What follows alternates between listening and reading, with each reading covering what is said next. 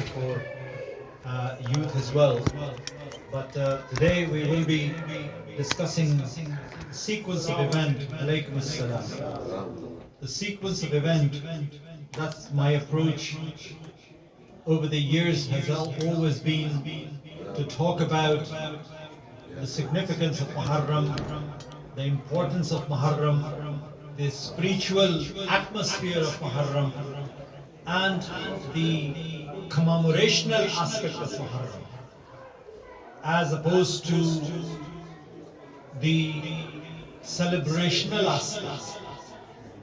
By mistake, a lot of people have turned Muharram into festival. In different cultures, in different areas, people talk about Muharram in a different way, mix it with culture. In Iran is different, back home in the Middle East is different, and India and Pakistan is, there's various types of Jaluses that starts, in the city where I come from, Lucknow, there's a big procession on the 2nd of Muharram. And this procession carries the Zari. Zari is an image of the replica of the holy shrine of Karbala, and they're made up of the one which is candle, the material of candle. This is called Moom Zari. Moom is the material candle, candle material, and it's been, they start making it for almost about 6 months before the day of Muharram. So wax is it's a zari of wax, and the technicians, the people who are skilled in doing that, they carry it out, and people come on the street. Why it is, and I will talk about that, why it is the tradition of wax image of Zari, what we call it Zari in Urdu, but it's a replica basically. So this is various tradition and various culture you have. But one thing you have to be very careful not to turn into a happy occasion, not to make it as a merrymaking, as a celebration, as a eating, enjoying yourself. This is the month of sacrifice. This is the month of commemoration. This is not the month of, as mistakenly a lot of people call it, the celebration of Muharram. There's no celebration here. You don't celebrate. Yes, a small sect of Wahhabis do. They fast on the 10th day of Muharram, which is also haram. We do not fast. Yes, we abstain from food. We do not eat too much food on the day, little harira in the morning or whatever, breakfast. But usually speaking, each tradition is different.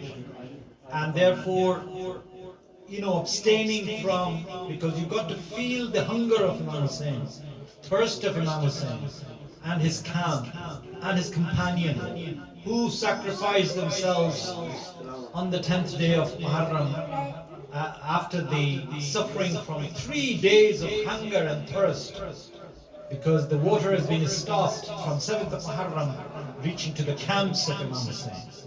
And that is something you got to learn, that if we are approaching Muharram, if we are in the Muharram now, how to make a small change in your lifestyle. Give up maybe something which is very passionate to you, and sacrifice that thing. Say for instance, if you like chocolate, ice cream, don't eat it.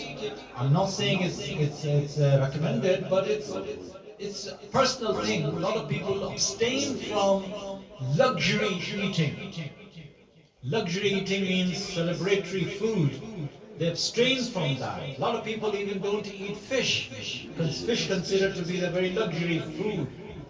Just because to respect Imam Hussein's hunger and the difficult situation Imam Hussein was with food and water. That is something we need to practice in our lives, that to abstain ourselves from the luxury of life. Allah subhanahu wa ta'ala has given you a lot of blessings throughout the year. You enjoy Eid, food, different types of sweets and all that. In Muharram, try to practice something for Imam Hussein's sake, abstain from all that, and learn the detailed aspect of the tragedy of Karbala. Because in the tragedy of Karbala is the message for mankind. And this is something that's very important for us to remember, that tragedy did not happen without any message. Imam Hussein had an option. He could have gone different direction.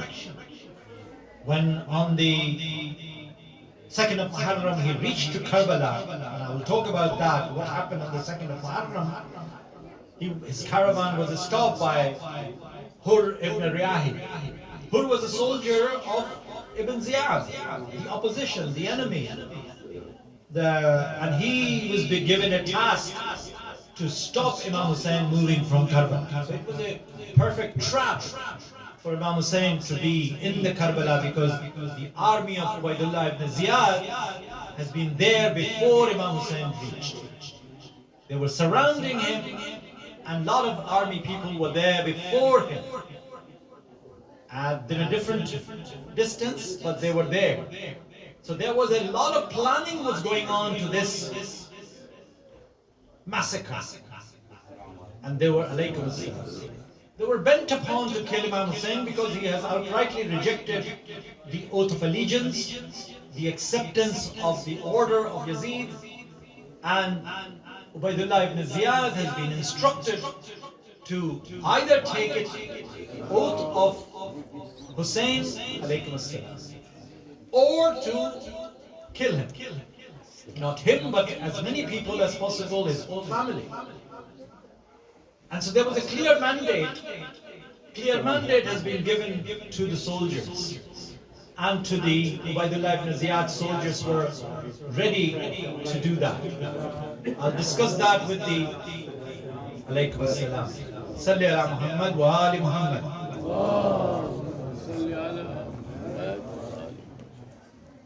A louder salawat.